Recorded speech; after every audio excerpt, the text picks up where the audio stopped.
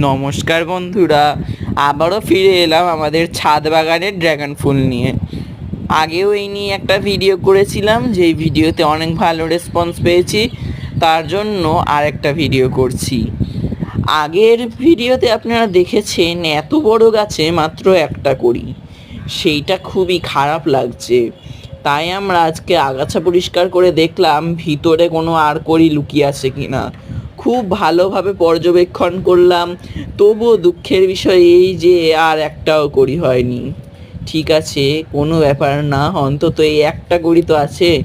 এই একটা কড়ি কীভাবে আস্তে আস্তে ফুল হয়ে তারপরে ড্রাগন ফ্রুটে পরিণত হয়, সেই প্রত্যেকটা ভিডিও আপনাদের সাথে শেয়ার করব।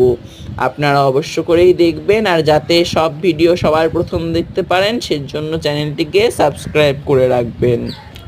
আজকের মতন এই পর্যন্তই।